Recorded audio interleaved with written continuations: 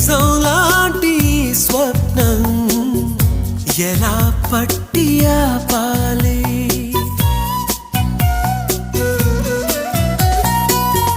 కలే అయితే ఆ నిజం ఎలా తట్టుకోవాలి అవును కాదో అడగకంది నా మౌనం చెలివో చిలవో తెలియకుంది నీ రూపం చెలిమి బంధమల్లుకుందే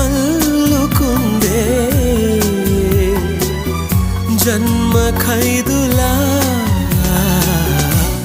ఎదుట నిలిచింది చూడు